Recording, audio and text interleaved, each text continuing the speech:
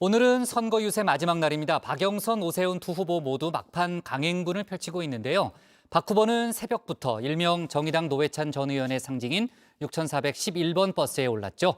오후에는 청년 표심 잡기에 나섰는데요. 오 후보는 열세인 강북 지역을 중심으로 유세를 펼치면서 정권 심판론을 띄웠습니다. 박준우 반장이 관련 소식을 자세히 정리해봤습니다. 내일 모두 투표장으로, 내 주변에 있는 모든 분들을 투표장으로 가서 투표하게 해주십시오. 투표하면 승리합니다, 여러분! 서울에이라도 대한민국에이라도 내일 하루 동안 투표에 달려 있습니다. 여러분, 제가 바꾸겠습니다. 제가 해내겠습니다. 마지막이란 말만큼 묵직한 말도 없는 것 같습니다. 마지막 기회, 마지막 도전, 마지막 승부. 그저 마지막이란 수식어 하나가 붙었을 뿐인데 뭔가 중압감이 배가 되는 것 같죠. 상황을 더 긴박하고 간절하게 만드는 느낌이랄까요. 오늘 서울시장 후보들은 마지막 유세를 펼쳤습니다. 박영선, 오세훈 후보 두 사람이 마지막을 어떻게 장식했는지 한번 살펴보려고 합니다. 먼저 민주당 박영선 후보입니다.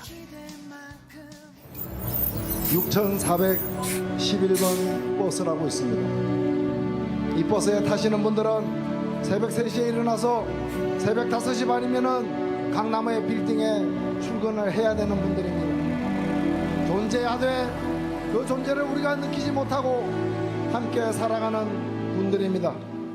투명 인간입니다.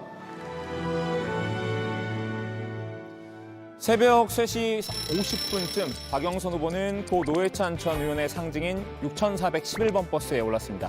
6411번 버스는 노 전 의원이 2012년 진보정의당 출범 당시 당대표 수락연설을 하면서 언급했던 노선인데요.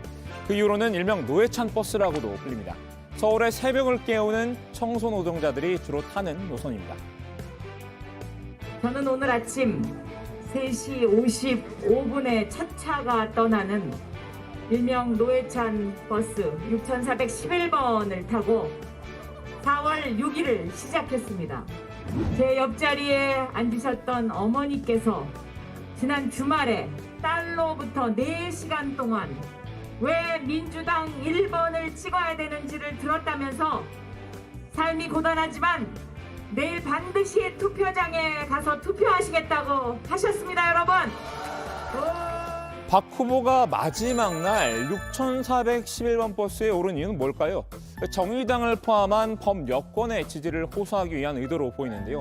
박 후보 앞서 정의당 심상정 의원에게 러브콜을 보내기도 했었죠. 결과는 그다지 좋지 않았습니다. 심상정 의원님 같은 분들이 도와주시면 참 좋겠다라는 생각을 하고 제가 전화도 한번 드리긴 했었습니다. 좀 도와주면 어떻겠냐라고. 그래서 나중에 전화 한번 다시 하겠다라고 그렇게만 얘기를 들었습니다. 염치가 있어야 됩니다. 박영선 후보는 중대재해기업처벌법 제정을 위한 국회 논의 과정에서 기업 입장을 대변해 법의 실효성을 무력화시킨 당사자입니다. 노동자들의 죽음의 행렬을 멈추기 위한 단식까지 불사했던 정의당을 입에 올릴 자격조차 없습니다. 정의당 여영국 대표가 박 후보의 지원 요청을 중간에서 단칼에 자르는 건데요.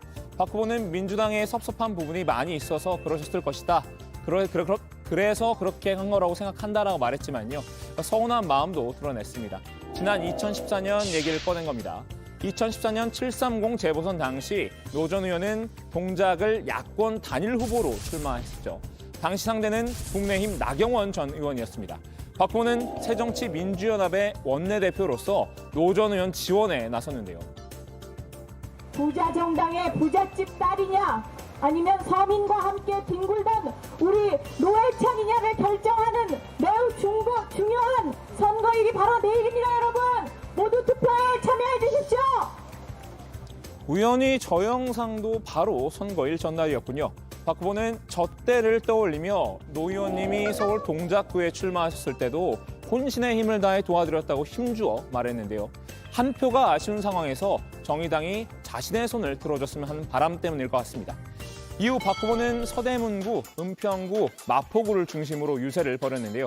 후보가 자주 하는 말을 눈여겨보면 주요 공략 대상이 누구인지 알 수 있죠. 한 언론이 박 후보가 공식 선거 유세 현장에서 자주 언급하는 말을 분석했는데요. 1위는 청년이었습니다. 모두 56번을 언급했다고 하는데요. 오늘도 박 후보가 집중 유세 현장으로 택한 곳은 젊은 층들이 주로 몰리는 홍대 상상마당이었습니다. 이 자리에는 이낙연 상임선대위원장과 김태년 당대표 직무대행 등 지도부까지 힘을 보탤 예정인데요. 최근 이탈한 2030의 마음을 되돌리는데 마지막까지 집중하겠다는 의지로 보입니다. 국민의힘 오세훈 후보는 오늘 보수정당의 열세 지역인 강북을 돌았습니다. 오늘 오전 광진구 자양사거리 출근길 인사를 시작으로 해서 중랑, 노원, 강북 등 모두 9개의 지역을 훑는 강행군을 소화했습니다. 후보 역시 박 후보 못지않게 청년 표심에 공을 들였는데요. 2030의 정권 심판 여론이 강해졌다고 판단하고 이들을 투표장으로 끌어들이는 데 주력했습니다. 바로 이런 위선과 무능과 내로남불을 보면서 청년들이 얼마나 피가 끓으면 이제 국민의힘의 기대를 걸어보겠다. 눈길을 돌리기 시작했습니다. 청년들에게 희망을 줄 수 있는 공정과 상생의 정치. 그래서 서울시로부터 전국으로 청년들이 미래를 꿈꿀 수 있는 그런 대한민국 반드시 만들어내겠습니다. 오세훈 후보의 유세 보도자료를 단어별로 전수 분석한 결과를 보면요. 오 후보는 정책이란 단어를 가장 많이 쓴 것으로 나타났습니다. 모두 37번이었는데요. 최대 이슈인 서울 부동산 정책을 다수 언급한 겁니다. 뒤이어 정권을 26번, 공정과 심판을 각각 15번과 12번 사용했습니다. 문재인 정부의 부동산 정책 실패를 내세워서 정권 심판론을 띄우려는 의중인 것으로 볼 수 있습니다.